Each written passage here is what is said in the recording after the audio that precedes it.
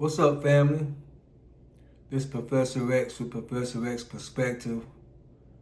Thank you for tuning in again. This is just a channel where we discuss different topics, race, religion, careers, and a whole lot of relationships.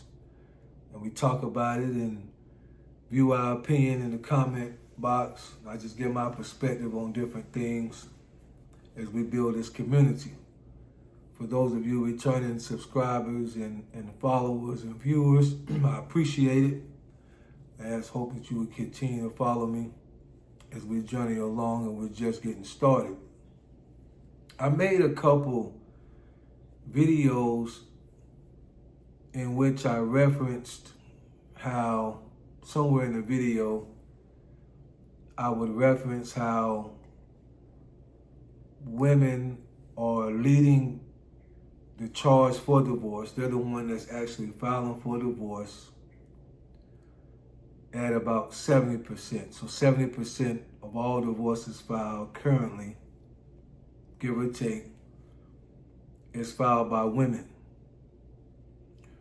And I was actually, a good comment had came through that actually made me think of this.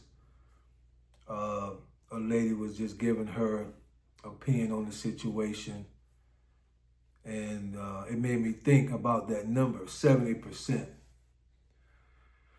Because if you look at it from one way, you'll say 70% women are tired of the behavior of men. They're fed up. They're sick and tired. They've put up with it long enough. They're not putting up with it no more. They've got education, they've got degrees, they've got jobs, they've got money. They have the resource, they have the access. They don't have to put up with the man's mess anymore. And so they're showing it by going down to the courthouse and filing for divorce. If you look at it, that's the way that it could appear to be. So I wanted to talk about that for just briefly. This should not be a long video, but I want to touch on that. Just because the ladies are leading the charge in terms of being the ones that actually go down and filing for divorce does not mean that they are the main ones who may necessarily see that the relationship is in trouble. Here's what I'm saying. A divorce, and depends on who you're asking, but especially a divorce, for the most part, there are some cases that this would not apply. But currently, early 2025, February, for the most part, divorces will benefit women, not men. So a woman, even if this is not her intention, and you know, we can be gullible and think that it's not. But at the end of the day, these women are grown, men are grown, we all understand what it is. A woman know at the end of the day, I'm tired of this dude for whatever reason, it doesn't matter. Right? It does not matter the reason. All she knows is I'm tired of this dude. I'm tired of the argument. I'm tired of the fighting. I'm tired of the going back and forth. I'm tired of the abuse. I'm tired of the stepping out. I'm tired of him. I want somebody else. I'm tired of him. I don't want anybody else. It doesn't matter, right? A woman knows that she can go and file. And his resources, well, now, which because they were married, according to most states and laws, she would have access to his resources, meaning finance. I do know that there are cases where the woman makes more than the man, but unless that's a big gap, for the most part, everybody know that the woman is the one that walks away with the quote unquote bag. Even, this is what I'm saying, ladies and gentlemen. Hold on. Even if it's not a big bag, it's still something that she will take from the situation, from the marriage, monetary wise, whether it's alimony or whatever it is, in property division, whatever it is, if they own a house, technically half of that house, rightfully so, if they've been together long enough, belongs to her. So this man will have to pay her out somehow for half of the value of the house. Now, listen to what I'm saying. Hypothetical. Let's just say the house is paid off and it values, hypothetically, it values at just $200,000. And let's say that the house is paid off. We're going to say that it's paid off. They're both living in it. Either she will keep the house and the man will have to go find another place to stay, which is going to mean he has to use his income. In today's economy, we already know how much that will be at the lowest rate a month. Or if she go, so he keeps the house, she go. If she go, he has to now give her half of the value of the house. If she go. These things benefit women because the house has to be cut in half. Now again, if she stay and he go, the house is paid for. So once again, she's not coming up with anything out of pocket. She's living in a house that's already paid for. So yeah, he may take his cut, but when he leaves, he's not gonna find a house for $100,000. And it's set up to where men have to pretty much keep and maintain the standard of living that the woman had when she was married to him, if they have been married for so long. That's why, ladies, men have a saying, it's cheaper to keep her. We're not saying that we are going, or that the relationship is great, or that we love you any the more, or for those that use the in love word, more, or appreciate you more, or we feel valued by you more, or the relationship is great and not failing. That's not what we're saying. But what we realize and what we know is if I press the button to get rid of her, it's going to cost me. That's why, this is what I'm saying. I'm not saying that's why, but this is what, and I'll talk about this probably on another video as well. But they say men cheat to stay in a relationship. Women, by the time they cheat, they're already wanting out of the relationship. So a man, again, is not going to be the one to want to go down and get a divorce. Whatever the deficit is in the house, he will make that up out in the streets to keep from having to break up the house, even though it may already be broke up, but he already know it's cheaper to keep her. So we're not getting along. We probably shouldn't be together, but the burden of responsibility would be on me, so I'll make the difference of whatever I'm lacking from her with Jill. By the time a female makes that same decision that she's going to make up the difference with Jack, she's already ready to go.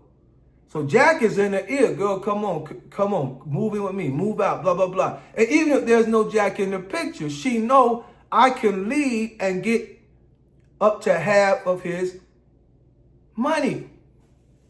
Even if that's not always true. Think about it. That's what we believe. That's what we feel. And have gone through a divorce, I know firsthand, and have friends that are going through divorces right now. That's what it would be. Even during separation, if she don't, and there are women who make more than men, right? But as a whole, men probably still, as of right now, as a whole, the majority percent is probably still, at least for right now, on men. So when she leaves, he still has to pay something even during separation to help maintain her standard of living so that she can continue to live in a place that's very close to where she was living when she moved out the house. So that 70% is actually deceiving, because it don't mean necessarily that women are so fed up that we're the ones marching down and we're getting out of that marriage and we're getting out of that relationship and we're tired of y'all. No, it just means we're willing to take more because we don't want what comes after that. That's why women are filing for divorce more, because men are not going to do it necessarily. For a man to go down and file divorce, it's got to be extremely bad. Extremely bad. Because, as I said in another video, regardless of who's right, regardless of who's wrong, the way that the legal system see it, the burden almost always fall on the man. She has become your responsibility. In most situations, she has gotten your last name. She was your responsibility. That means the relationship was your responsibility. And since it's coming to an end, we're going to hold you financially responsible, depending on how long y'all been married, to help maintain her standard of living. That's if the woman worked. If y'all have kids and she don't work and wasn't working in the marriage, that whole burden goes to the man.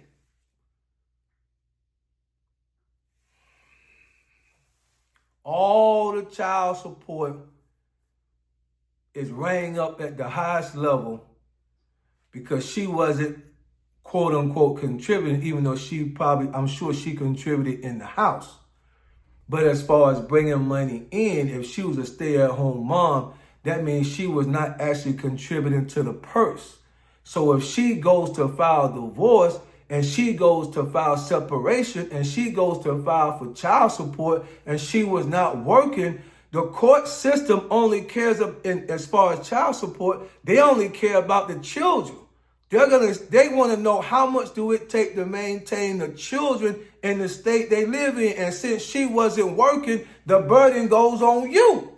Now, if she was working, then they work with the percentage. And if you make more than that, based on that percentage, like in my situation, my ex-wife and I at the time was making very close to the same. So I had to pay 52% of what the state said the children would need. And she paid like 48, 49%. That's how it worked. But if she wasn't working, then the whole burden would have been my burden. So I just wanted to clear that up. Don't let the 70%, which is a high number, convince you that women are the only ones tired of a bad relationship. Men are tired of bad relationships too. But again, the burden is always been on them. Now, I know somebody gonna jump in the comments and say I make more money than my husband. I get it. I'm sure you do. I believe you. But for the most part, men are still gonna make, for right now, just a little bit more for the most part. They're still the primary breadwinner. They're still the one that's paying the mortgage. They're still the one that's paying the car notes, right? Most of the time, it's not the woman that's paying the mortgage. Most of the time. Now, again, I know everybody's situation is different. Somebody may flip it around. You do whatever works for you. I'm just saying most of the time, the man as the provider is the one that is giving the majority of the money towards the household. So that's 70% of women that's leading the march here. Don't let that fool you. Do not mean that they are just so fed up. Men also are tired of bad marriages, bad relationships, lies, cheaters. I see a lot of time women talk, everybody will say, men need to stop cheating. Google how often women cheat. Google how often women cheat. If the ratio of man to woman is still, there's way more women than men, then that means there's a whole lot. And then if these men are cheating at the degree that women are saying that they are, and they probably are, who are they sleeping with? You're not saying he with another man. Who is he sleeping with? All these men, that's why we going down. I'm tired of the cheat. Men always cheat. Well, who is he sleeping with? It's another woman. So again, it's men tired of it too. But it's cheaper to keep. I would rather us stay in this bad situation that I'll try to maintain as a man. I'll put my head down and bear it. I'll grit my teeth and suffer through it, depending on where I am in my journey as a man. Maybe I step out. If you've matured past that, you won't step out. You'll just bear through it because you still have access to your money. Especially if you was in the military. She gets so much just because she was married to a soldier for so long. It's over with. Half of this, retirement, everything. Professor X, you said she don't deserve it. I'm not saying that. A woman married to any man 10, 15, 20 years deserves something, and a man also deserves something. They both have put up with something. I'm just saying that the advantage goes to women, so it makes sense. Imagine if men could go get a divorce today and knew that if the woman made more than him, as tired of her as he is, he would get out of the relationship. He would get peace of mind from her. He would continue to help raise the kids and get half her money. Now, if that was the law, more men would file for divorce.